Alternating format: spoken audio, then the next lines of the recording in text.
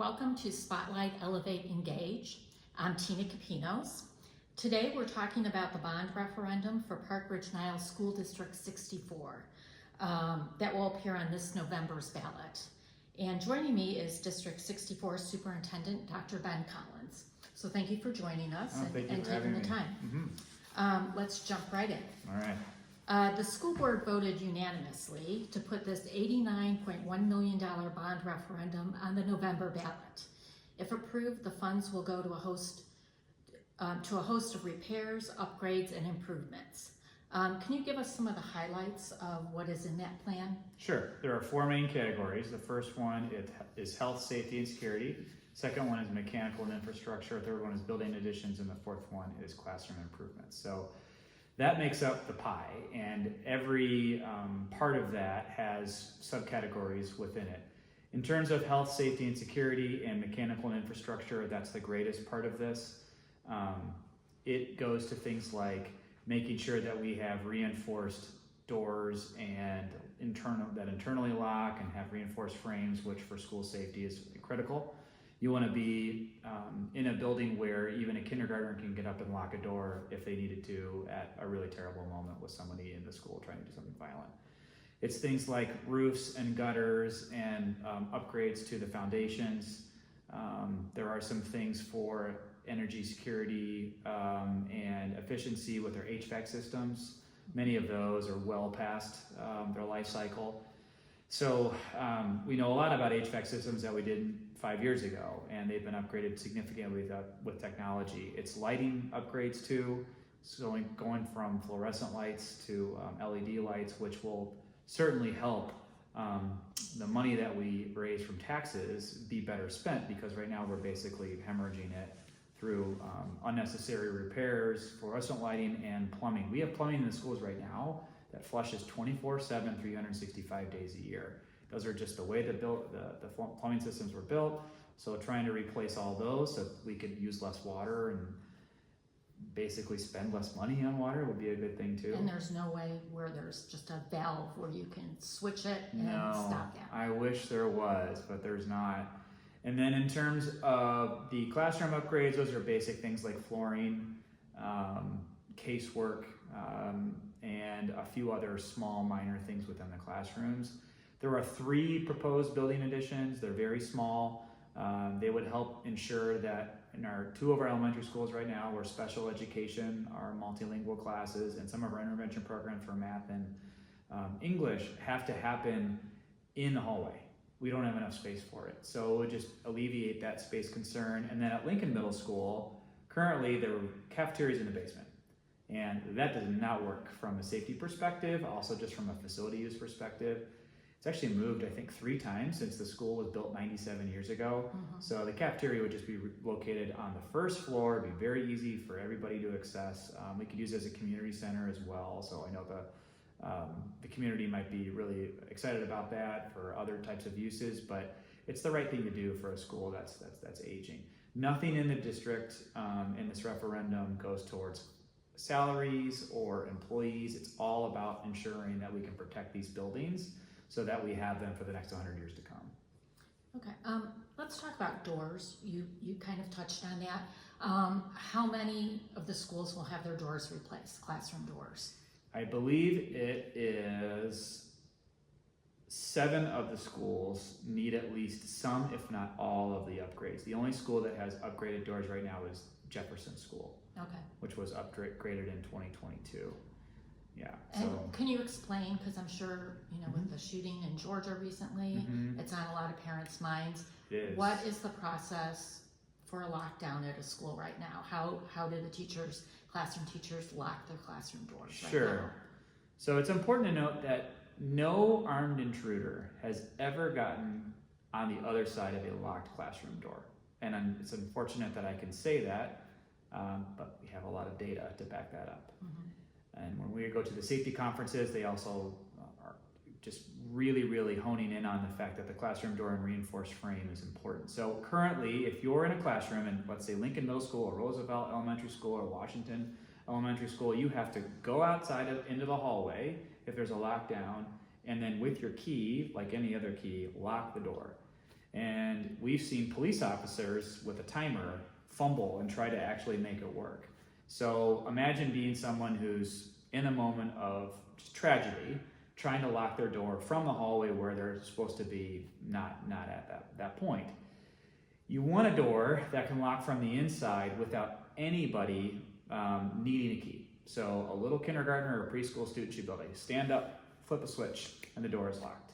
And then the actual frame that the door sits in is reinforced just in case anybody tries to bang their way in. So when you've got kindergartners and first graders in particular, my daughter's in first grade, she's going to do everything the teacher says at that moment. She's not going to be able to have her wits about her and have situational awareness. And so when we're thinking about our most precious people in the world, which are our kids, we want them to be safe. And if we can make the doors and the frames, which replacing all of them would be just over $2 million, and that's about 2% or a little less than 2% of the referendum, it's the right thing to do for us to ensure that people continuously want to send their kids to our schools.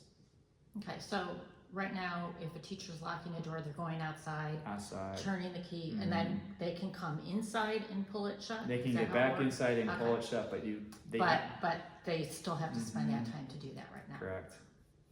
Okay.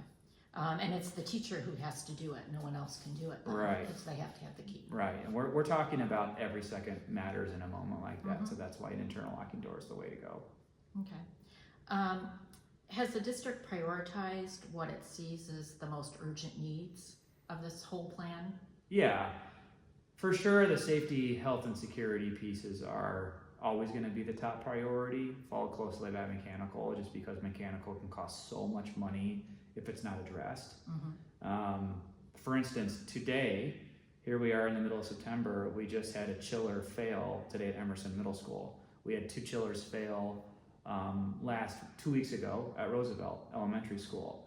These are old systems that are well beyond their life stage. But the health, safety, and security is always going to be a priority, and that's why it makes up one of the biggest chunks of the referendum.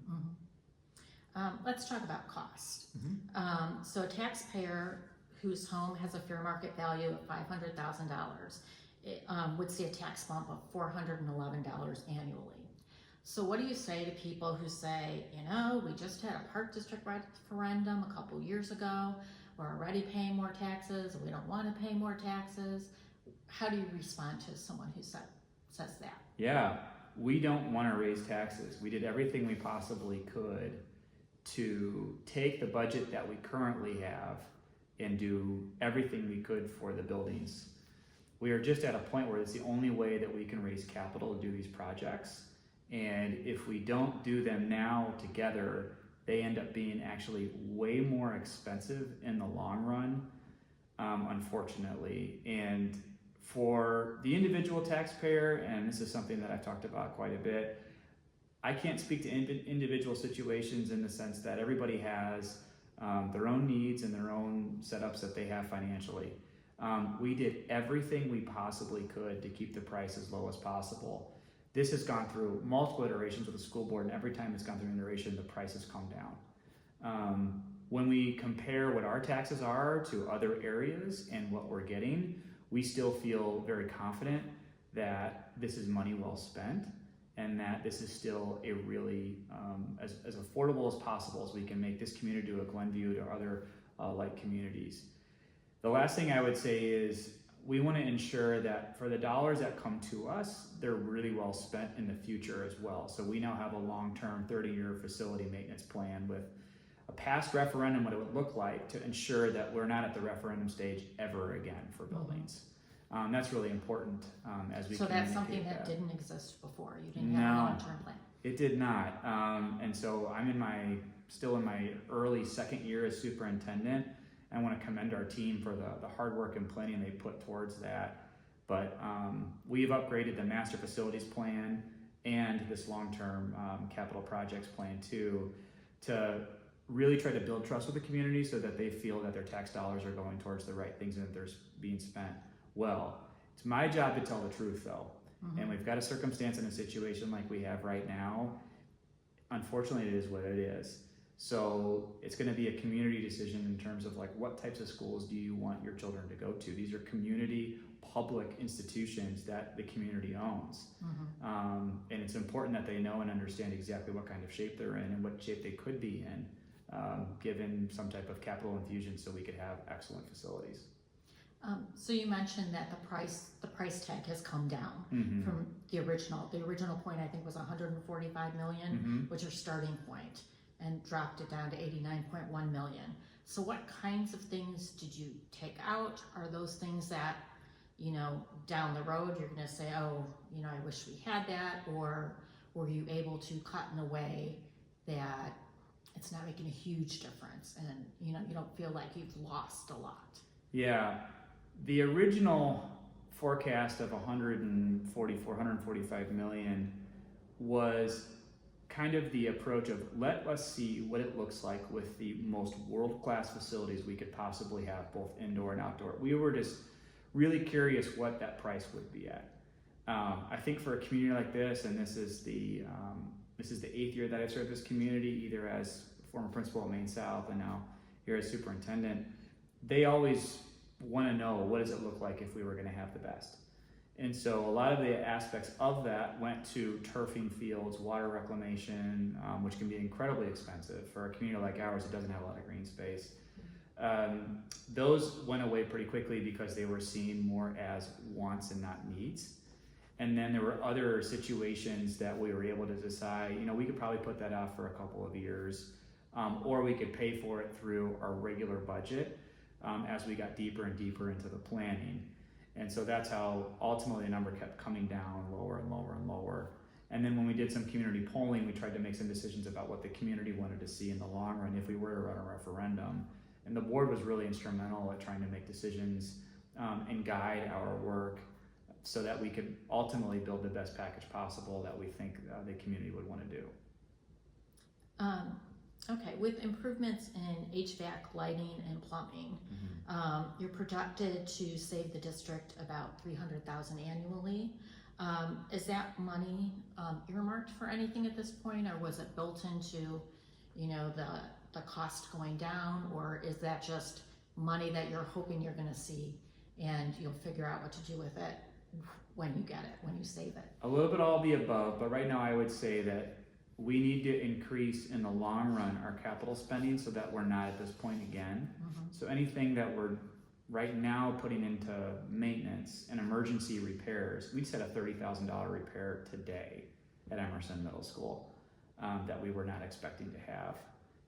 We would want to put back into capital projects in the long run, so we're not at this point again. Ultimately, we think that's the best use of taxpayer dollars. So the savings that you might incur from upgrading systems could potentially go to upkeep. Right. Yep.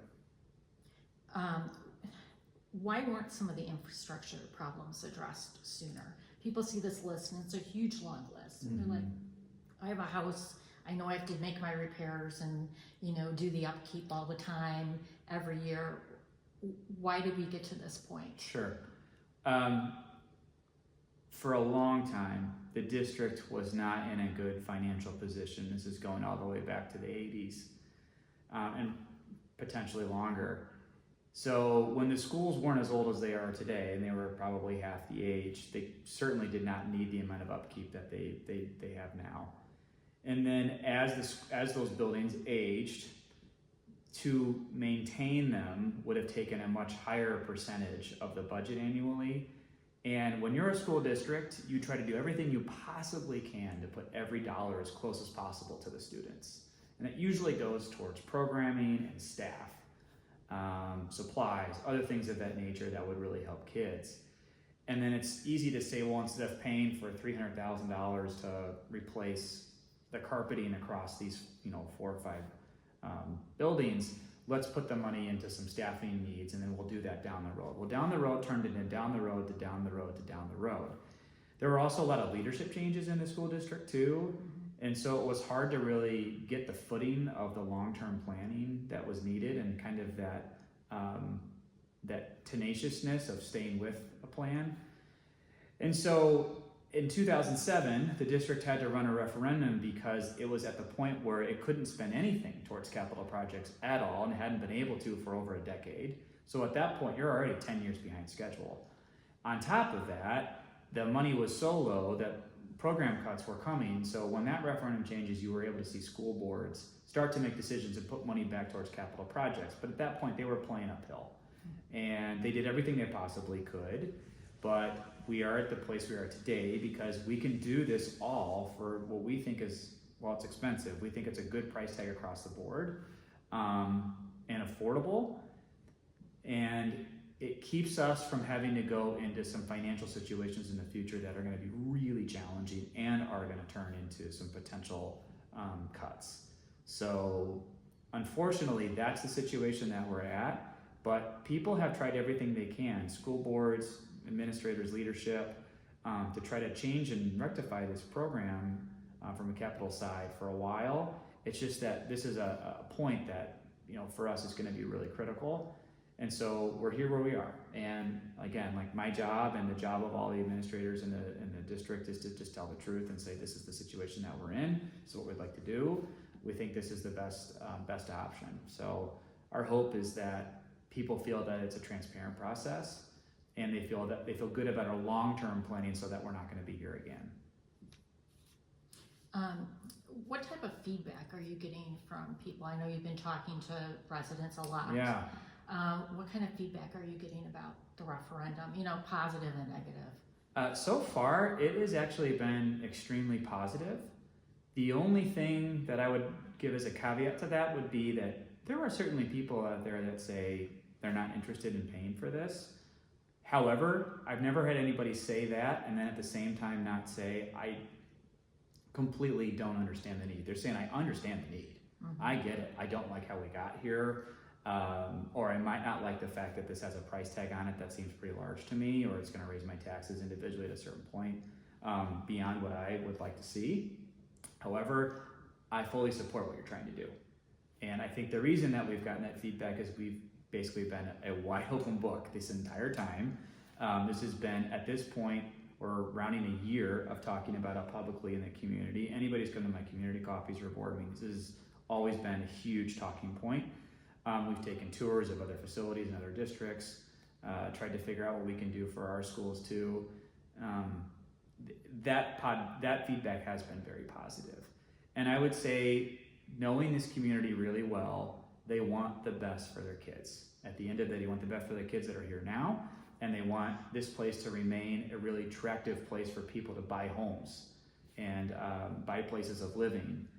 And keeping those property values high really matters when you're talking about the schools, because it's still the number one reason why people move into this area by a mile. Mm-hmm. So it's important for us to understand and maintain that as we go about this work.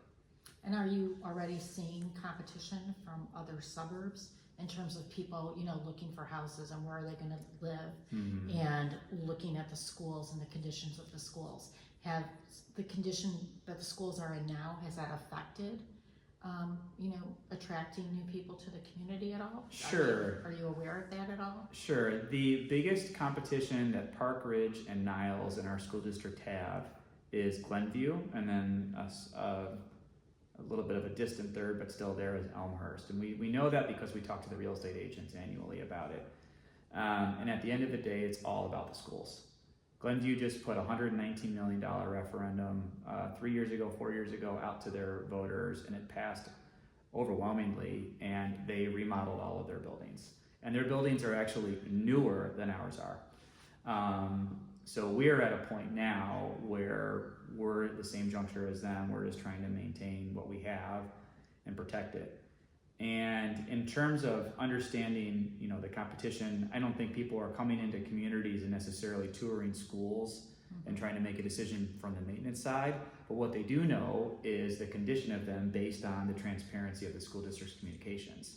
And we've been very transparent about that, and we're going to continue to be transparent about that no matter what, because when it's going well, we want people to know it. When we're working on things that aren't going well, we want people to know what to do. And so that they know. Mm-hmm. And so when we have people who are trying to make decisions about that, that will be very clear, especially in the day and age when you can find anything you want online. Our information's all over the internet. So I would certainly hope that people, as they're trying to make decisions about that, would weigh what a great community this is to live and to work and to be, and also just wonderful world-class, education system that we have. Glenview is a great one too.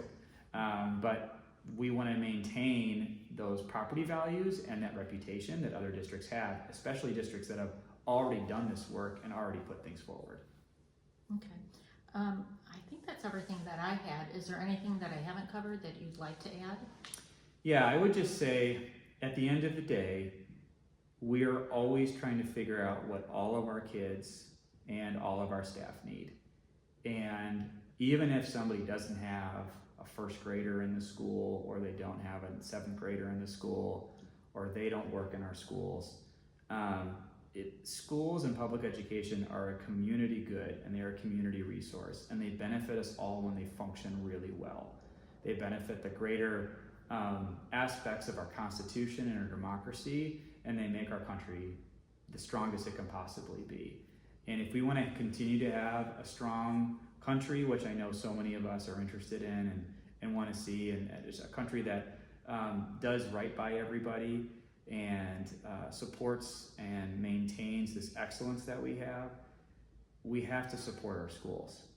And sometimes that looks like what we have before us now, which is maintaining the public good and buildings that we have so they can be wonderful academically, they can be safe for our kids, safe for our staff, and they can be healthy, and they can do the world-class things that people in this community deserve and have come to know. And so at all times, we're trying to maintain that as our focal point and our North Star. And we just are really appreciative of working in a community that is so supportive and has been so supportive, and we hope is supportive in the future for everything that we do. Okay, thank you. Thank you. And if anyone wants more information, they can go to d64.org. Tons of information on the site. And there's also a list of upcoming events, both virtual and in person. I think you're busy right up until Election Day. Oh yeah, election night we'll probably be doing events. Yeah, so check it out, and if you have any questions, there's a link, I think, on the website too, where people can email questions if there's anything that they can't find on the site. Thank you very much. Thank you.